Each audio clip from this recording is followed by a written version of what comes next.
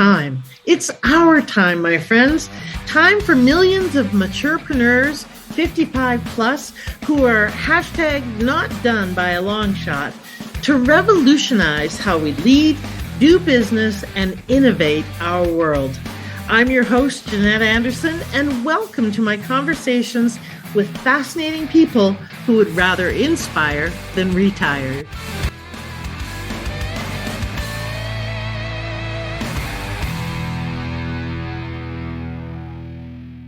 Hello, everybody, and welcome to this episode of the Maturepreneur podcast.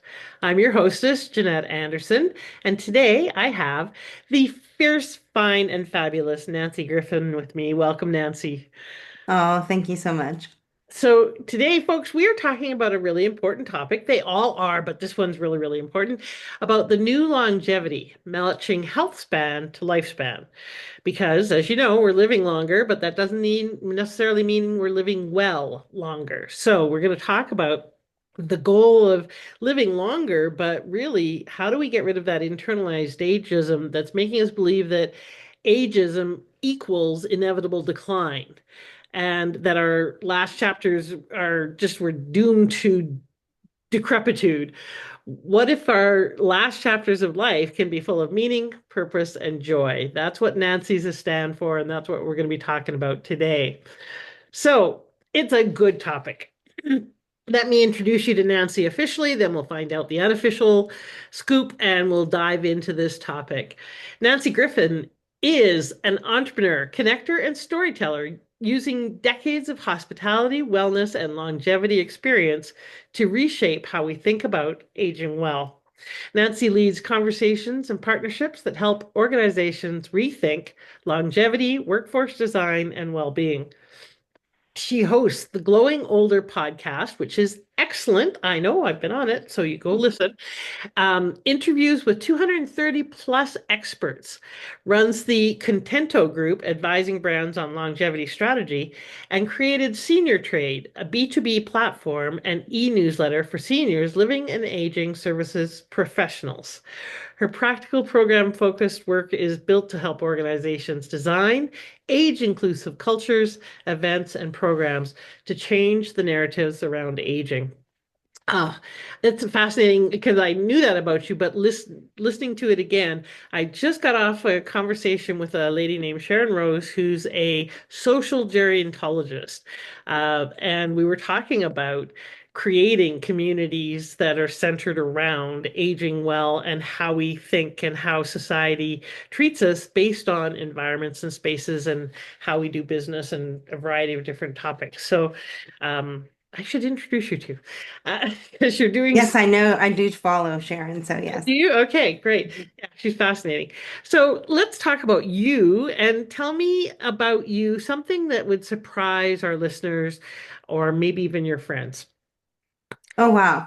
Well, it's hard to think of anything except for what I'm going to say now that I haven't really been very public about, but Uh, the past 6 months have been a challenging time for me from a health perspective. I had kind of my first life-threatening health scare back starting in October, and so I'm well now, but it was 6 months of everything they say it is. You know, when you hear of somebody that has a life-threatening illness, it's like you really kind of look at everything in your life and it makes things really clear and puts things in perspective and you figure out just what it is you need to survive and thrive going forward. So I just turned 61 and when I was 60, that's when kind of the SHIT hit the fan. So I'm not the kind of person to splash it all over Facebook, and I'm still kind of navigating the how to roll it out in my life, whether it's personal or professional. yeah. But that is certainly something that has impacted my life in the past 6 months. Absolutely. And so that brings up all sorts of fascinating questions. Can you mind if we go there just a little bit? No, no, of course not, Okay, Jeanette. so good because we were going to anyways. So tell me a little bit. Tell me, what was the hardest thing about facing that ordeal? Because it's not just about our mortality; it's also the whole process. What was the hardest part of it all for you? Well, it's interesting because I think one of the things that people don't talk about enough is what happens when you're well. Mm. Because it was sort of like my diagnosis happened so quickly, and my choice to do a clinical trial, which is how I decided to proceed with my particular illness. But I think that the thing that people don't often talk about is who am I now that my life changed in a certain way. And I think that as we get older, we can all assume that we're going to have challenges, whether it's our own health, the health of a loved one, we become a caregiver, we end up a solo ager, whatever it is. I think we all hit these challenges. So I think that what occurs to you is what are the tools that I need, which I think helped me professionally in looking at both the professionals that I help in the industry and the what I would call the end consumer, whether it's a an adult child taking care of a loved one or an older adult looking at their path. I think that when you have these kind of personal experiences, it really makes you think like, who am I now that I'm through this? Well, yeah, yeah, and I think probably two phases. Who am I now that I am not the healthy person I know myself to be, and I can't function the way I used to, and I don't have the bandwidth or the capacity. And then when we're through the other side, okay, now who am I? Now that I've Right. faced this and now I'm well again. Did people disappear when you got well? Well, it hasn't been that long. No, Okay. I would say no, but I think they might show up in a different way because it's like now, okay, now you're fine, and now you're not in crisis mode. So I think that that you certainly find out who's what I call on your aging dream team. I Ah, talk about that a lot in Growing Older. It's like, okay, well, who are the people that are really going to stand by you? And there's different tiers of people. You know, there's your ride or dies, whether it's my mother or my best friends or whatever, your ride or dies that are kind of with you every step on the journey. And then there's people that show up in the ways that they can show up, and then there's the people that don't show up at all. So I think it makes it lends a certain lens of clarity mm, that you wouldn't necessarily have if you were just trudging through life and everything was dandy. You know what I yeah. mean? Yeah, absolutely. What did you learn about yourself going through that process that you didn't know? Gosh, well, I think that a lot of people would say that know me that just you don't realize how strong you are until you're up against something where you have to make I call it being the CEO of your own health and standing for what you believe in. And apparently, I just had Susan Salinger on my show who wrote a book called Sideways, talking about women's health care and how Mm. we don't get the type of care that men necessarily get. But a lot of women in particular don't prioritize their own health and don't and just kind of listen to what they're told instead of becoming a tiger and just saying, you know, I'm going to do whatever I can to make sure that I have the best possible outcome and the best possible treatment. Mm. So I think that you find a resilience and a strength that you didn't necessarily know was there. That's excellent. Hopefully, because I think the people who don't can't advocate for themselves, don't get the kind of care they need, don't have the boundaries they need to set, and don't get in the driver's seat. Like you said, you really had to become the CEO of your health. And, we're raised to be compliant, especially with authority figures. And, ain't no authority figure like my friend and advisor once called them M deities. Oh, yeah, so true. So Yeah, true. M deities, we give our power away to them tremendously because they think they're God, and so do we. So that can really be a big challenge. It strips away a lot of our power when we most need it. Yeah, So so true. and so what do you celebrate the most now that you're kind of getting to the other side of that?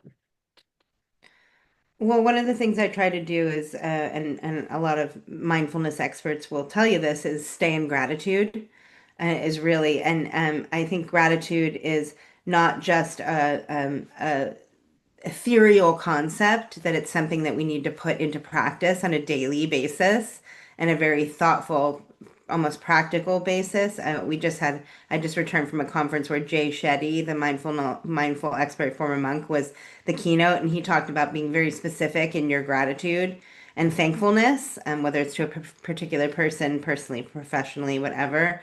So that's what I try to do is just celebrate the people in my life and the abilities that I still have. I've had quite a few head injuries in my life from horseback riding accidents, and I'm still thankful that I can put a thoughtful thought together. So I just think it's as you lose things, it's more important to think about what we gain. You know, as human beings, I think it's really easy to go to the negative side, and we'll dig into the entrepreneur side of things. But as we get older, as an older entrepreneur, we know the pitfalls, don't we, Jeanette? Right? And it's like you're almost like, oh my gosh, I can't start that because XYZ could happen. And I remember that did happen in one of my entrepreneurial ventures. And so there has to be a certain amount of faith and gratitude in the whole process. Yeah, absolutely. And willingness to let go of the past and not take it and throw it on the future. Because, like you said, Yes. we can let that color our future and not make those leaps. Um, so uh, shifting gears slightly, but to just follow your lead there, what was the moment you knew you weren't done? So, what keeps you in this entrepreneurial game? Well, I come from a long line of entrepreneurs, and I just had you on my show, and Yeah. the episode is available on all the platforms, Yeah. y'all listeners. So please go listen to Jeanette because we were clearly birds of a feather, Yes. in talking. But for me, the moment I knew that I wasn't done, or it was like a test of faith, was COVID. Mhm. And I know you had mentioned COVID as well, but for me, being in the spa industry for 30 years and working with spas and resorts, all of the spas and resorts shut that day, the March 2020, when Yeah. it really, the world went crazy. So I work primarily with vendors that sell into spas and resorts, and I got one call after another from my clients saying, We have to put our contracts on hold. We have no more money. The spas are shut down." And that's when I really decided to move forward in the quote aging world, which is professionally the senior living and aging services industry, and all that goes along with it. Yeah. And I thought that a podcast would be the best way for me to learn. We learn, Jeanette, and as you know, when we have guests on that are experts in different fields, we get smarter each time. So I already had a master's in hospitality management from Cornell. I wasn't about to go back to school, but I figured the best way for me to learn about this new world, this new longevity that Mhm. we're talking about today would be to interview experts. So that's how I started down the line of growing older.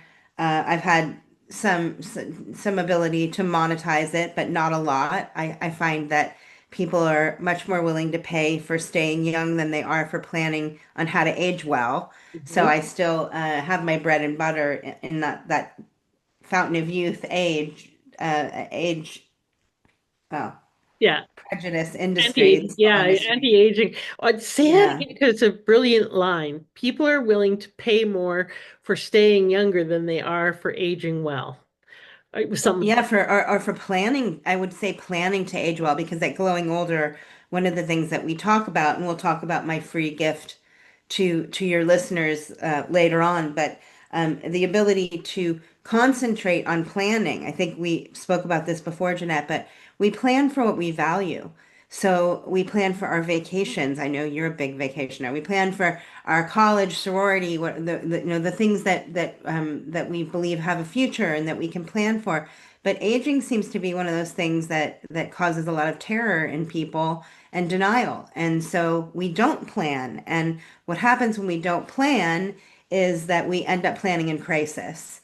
Something happens, we fall, or a loved one ends up in the hospital and can no longer take care of their home. Those kind of things. Like all of a sudden we're in crisis, and it's been proven that we don't act Mhm. as smartly and as effectively when we're in crisis. So that planning piece is a really big part of aging well. Mhm. It's fascinating because strikes me that you work or have worked a lot in the what I would call anti-aging industry, where the beauty industry, spas, etc., are pretty much about let's help you deny age and make sure you, God forbid, don't get a wrinkle. And then you went to the planning senior living where it's old people. So it's people who are not necessarily in great shape or who need support and need assistance and so forth. That must have been kind of a weird transition. And now Glowing Older is supporting people in going from here to planning that middle ground until you do get to here. So how was that for you to go from this end of the spectrum to that end of the spectrum? Well, I'll say that the boomers, I'm on the cusp, I guess you would say, of Gen X, 1965, so Gen X to boomers. But baby boomers are narrowing that gap that you were talking about.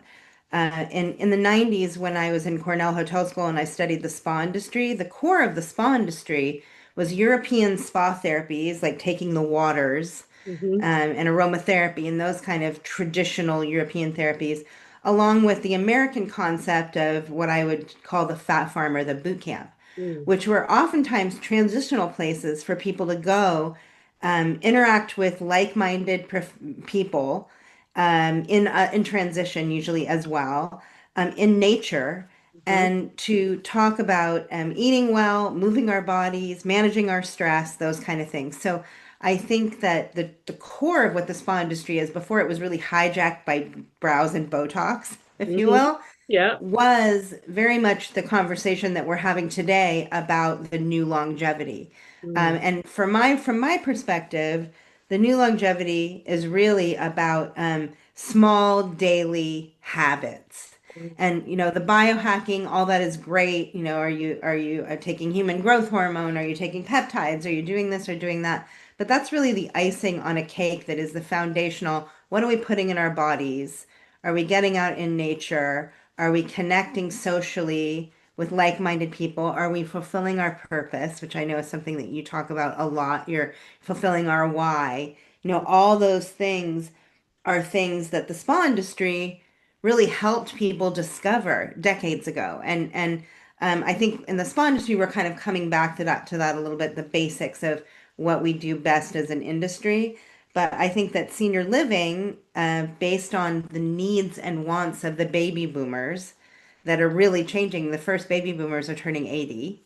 Hmm. So I think they're changing the playing field. So hopefully, what we'll see down the line are senior living communities where you're getting acupuncture, where you're eating organic food, where you're getting massage, and because a lot of the later generation, the post-war generation, are not really thinking about those kind of things. They might get their hair and nails done, but they're not thinking about touch therapies or being out in nature or social health, which is a big thing that both the World Health Organization, United States, and Canada, we're all talking about Yep. social health as being so paramount to aging well.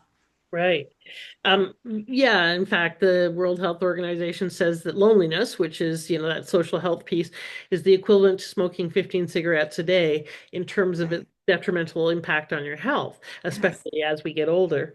But essentially, what you kind of so what it occurs to me as, and this is obviously my bias, is you went from an industry where is predicated on you're not okay as you are, and Yeah. not what it was supposed to be or has been at times or is even still now.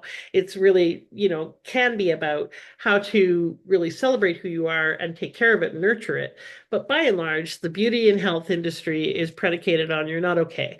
And most of what I see in the seniors world, and by that what I mean is people who are not in the not done yet phase, the 80% of us that are hashtag not done by a long shot and not retired and not yet in that kind of decline stage, that's largely a place where we're told you're not required. So we went from you're not okay to you're not required anymore. And there's only this brief window where there's a narrative, well, relatively brief window, where there's a narrative that needs to be rewritten so that both of those bookends are no longer true. And so tell me a little bit more about how glowing older is helping reshape that narrative. So tell me about what you do and what's how you serve people in that way.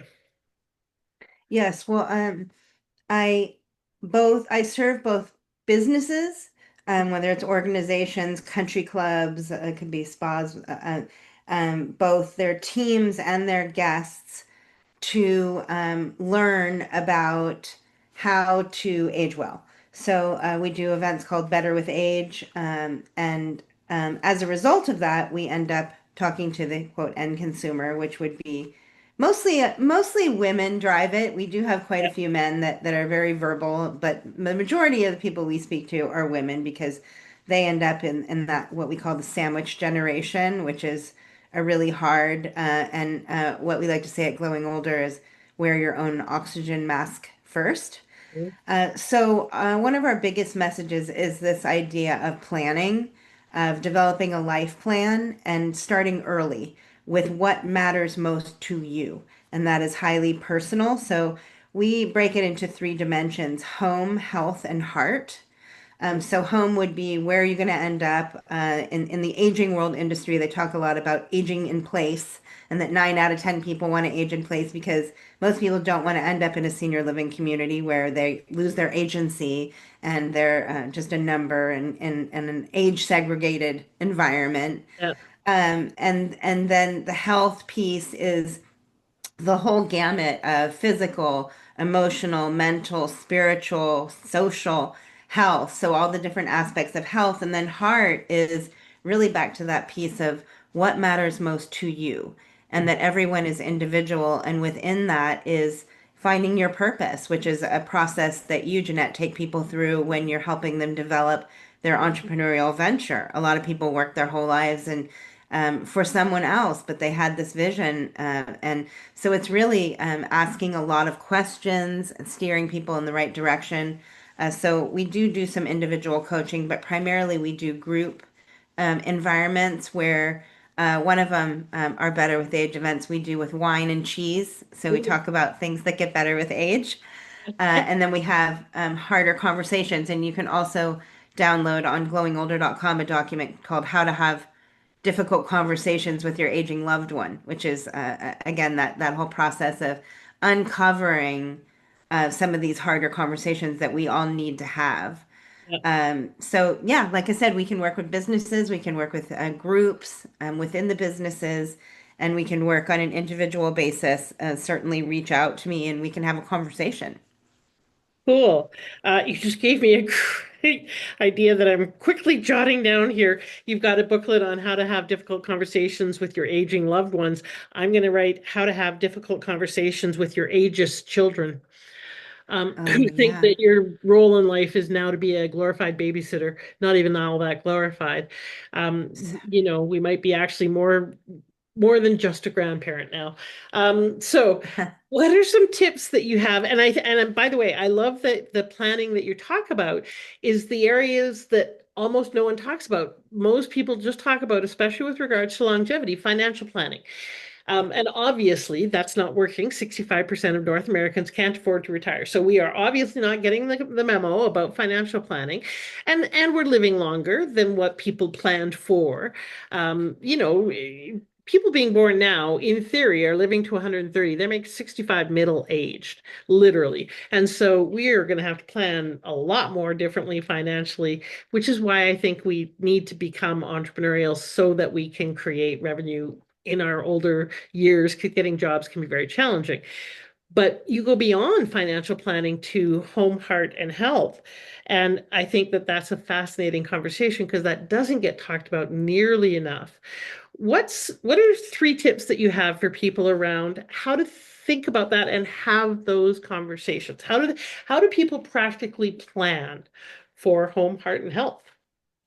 Yeah, a great question. Because I think there's kind of two paths on that. From my perspective, there's the things that we can do personally, and there's the things that we can do as an entrepreneur as we're looking for a business. And I think they tie together.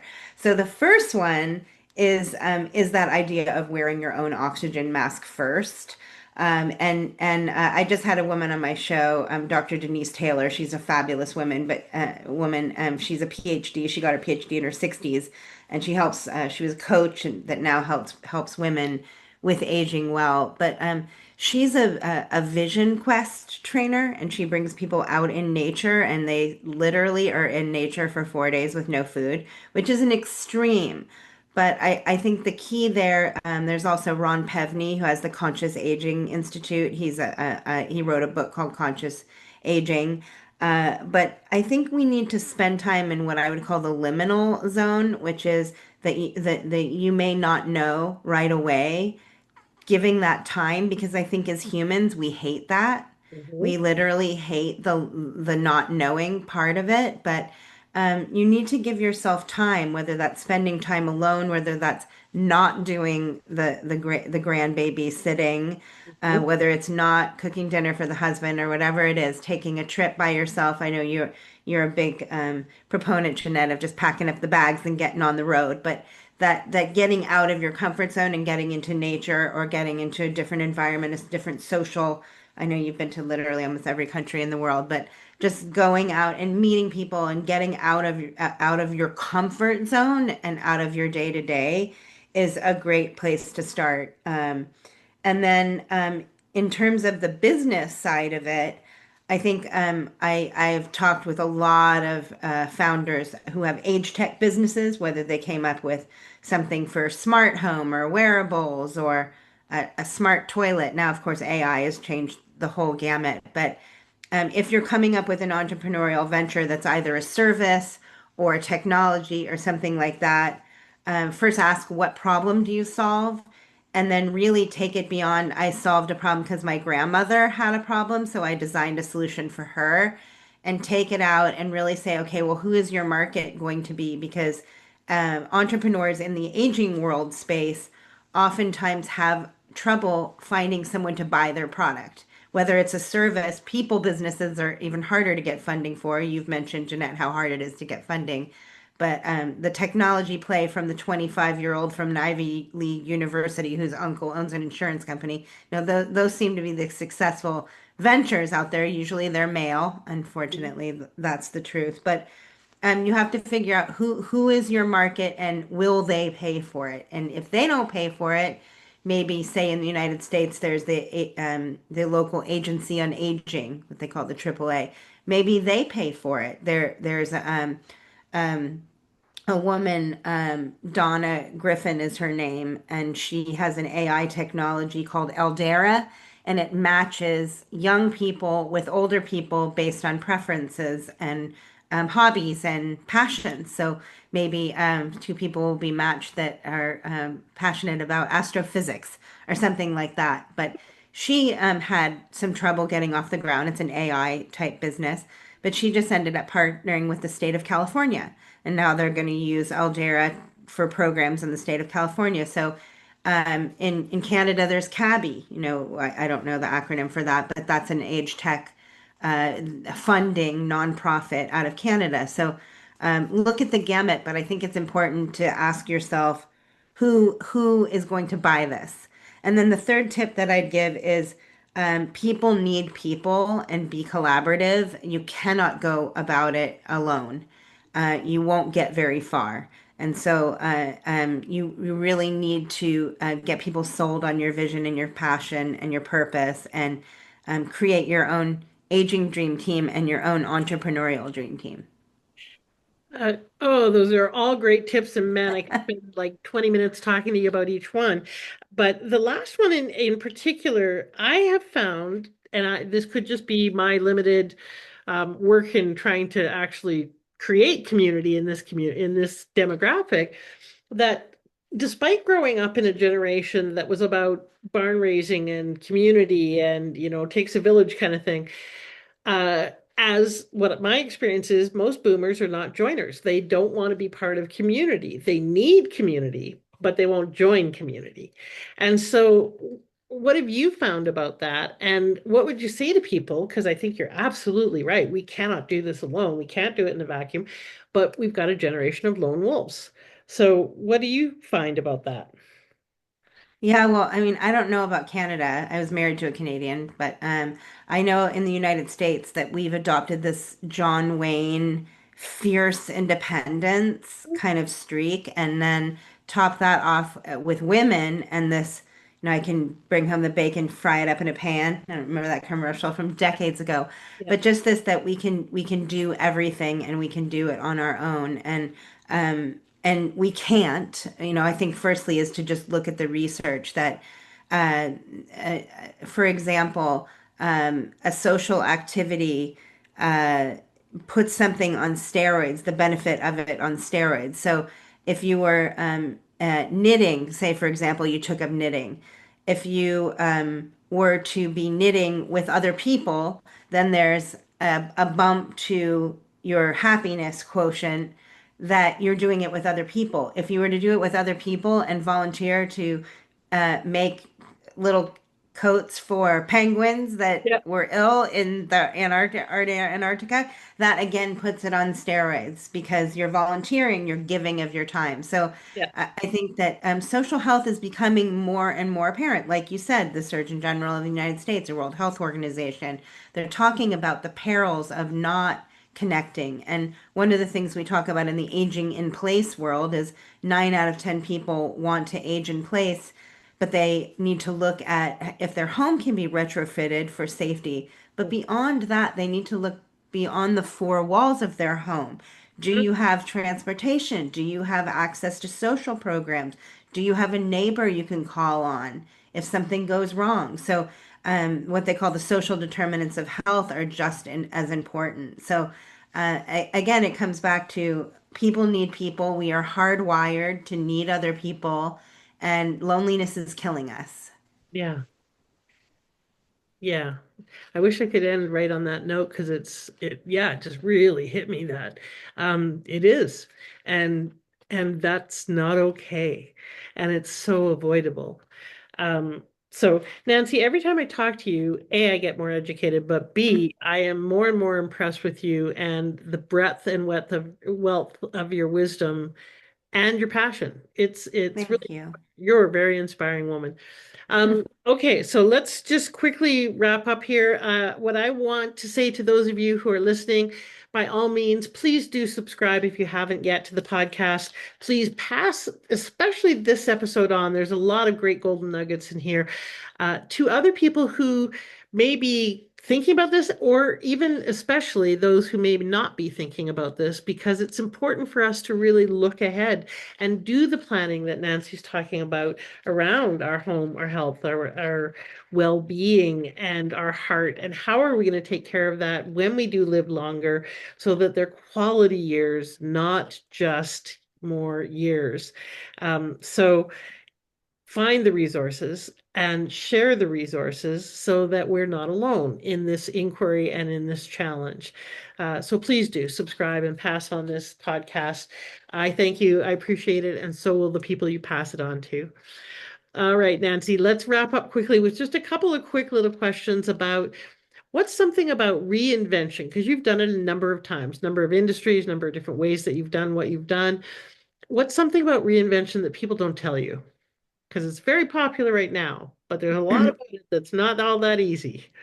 Oh gosh, well, I thought about this question, and to me, it's the ups and downs that people don't know. There's high highs and low lows, and that's why I think it's so important to develop some sort of a mindfulness practice. And mindfulness is all about bringing us back to the present. So it's like the ups, the downs, you might have regrets or you might have fears about the future. And the past, you can have all the things I did wrong, and that can paralyze you from moving forward. So just know there's going to be high highs and low lows. As entrepreneurs, we know that in our bones. And I think as we get older, we don't sweat the small stuff, and we have the ability to see the bigger picture, which is great. Yeah.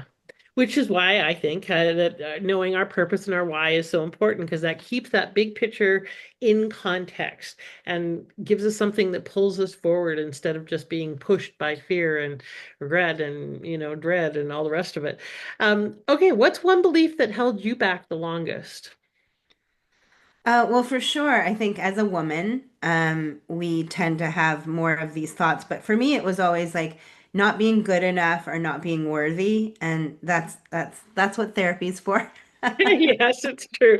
Get a coach, get a Yeah, therapist, read some books, do some get a workshops. business consultant at Maturepreneur World to help you. Exactly.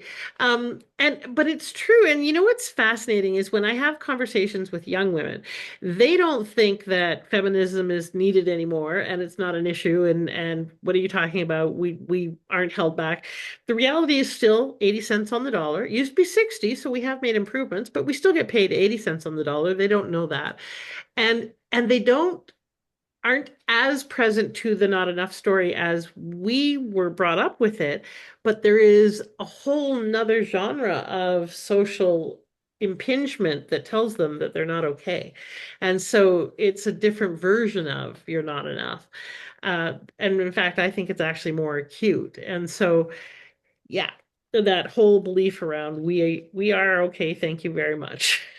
Um, Well, yeah, in the United States, I'll interject. Women get 4%. A year ago, it was 4% of all venture capital.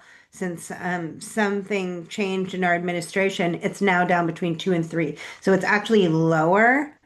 Women, so you talk about it all the time as an entrepreneur, an older entrepreneur, how hard it is to get funding. When you're a woman, it's how hard many times harder? you're an older woman, it's even harder, but that doesn't mean you can't. It just means Yeah. that you got to kick more ass and really really kick those beliefs in society and in yourself, the internalized ageism in the butts, like the BUTS, so that you can move forward more powerfully. And on that note, what would you say to someone who thinks it's too late or they can't? Well, I would say that make sure you choose your aging dream team. Because if you need people to build you up, you need those people that are on your side that will tell you your dreams aren't crazy. So if you have people that are negative and that are telling you all the reasons why not, reconsider why you're with those people. And also, just on that thought, that be careful what you say to yourself. Be careful the language that you use to other people about yourself. Be careful of your internalized words of not non-wisdom, right? When you tell yourself you can't do it, because uh, that just is not helpful at all. Yes. There's a website called Yo Is This Aged Ageist by Ashton Applewhite that you go look at it and see how insidious and subtle ageist language and notions can be in our society, especially the internalized ones. They're Yeah, really insidious and sneaky. So you gotta get some perspective on that to catch the yeah, little. Um, so true. so I gotta say, Nancy, I have a page and a half Mm. of notes that I took of things that I've learned from our conversation and want to follow up on. I don't often have that with my guests. I might have like Oh, a page, maybe. So you are an incredible wealth of resources and ideas and information. So thank you so much for sharing so generously. What's one final piece of advice you want to leave people with? prioritize self-care. I call it extreme self-care. Whenever any one of my friends or family hits a wall and they're feeling overwhelmed, it's like, okay, what have you done nicely for yourself today? My friend and I joke, it's like, go soak, go in the bathtub, get your bath salts, light your candle. So whatever it is, a lot of that goes along with prioritizing your sleep, getting out in nature, hug your dog, right? Like whatever it is you need to do, but prioritize yourself because especially as women, which I don't know, probably the majority of the people that you work with are women, but the majority of people I talk to are women. We tend to not put ourselves first at our own detriment. So that's my final word. Well, and you know what and normally I leave you with the final word. So, but what Mm. I really heard in what you just said, because self-care, often we just kind of semi-dismiss it as being selfish or yeah, I'll get to that, or kind of not that important, etc. But what I really just heard you say is be more loving. Be more loving in the world. Go and find more love, absorb love, hug the dog, hug the tree. That's really about seeking love and reciprocating that in the world and being the source of it. That's the first time that I've actually kind of put that connection together that self-care really truly is just an exchange of love. And I think that that's probably what when we say we bring wisdom and that older people are not done, really, truly, I think what we are meant to be and do in the world is the holders of love as critical to the world's survival, critical to humanity. And that's what we bring. And so you just said it in a way that I heard it differently as why we matter. So thank you for that. Well, So thank you for summing that up that way. I never thought of it, and it's so true. yeah, I haven't either. So thank you. for that. And so, my friends who are listening, it's your time, my friend. It's time to go and be the source of that love, to be the source of that for yourself, for others. Time for you to be the difference that only you can be. Because if not now, then when? Bye for now, everybody.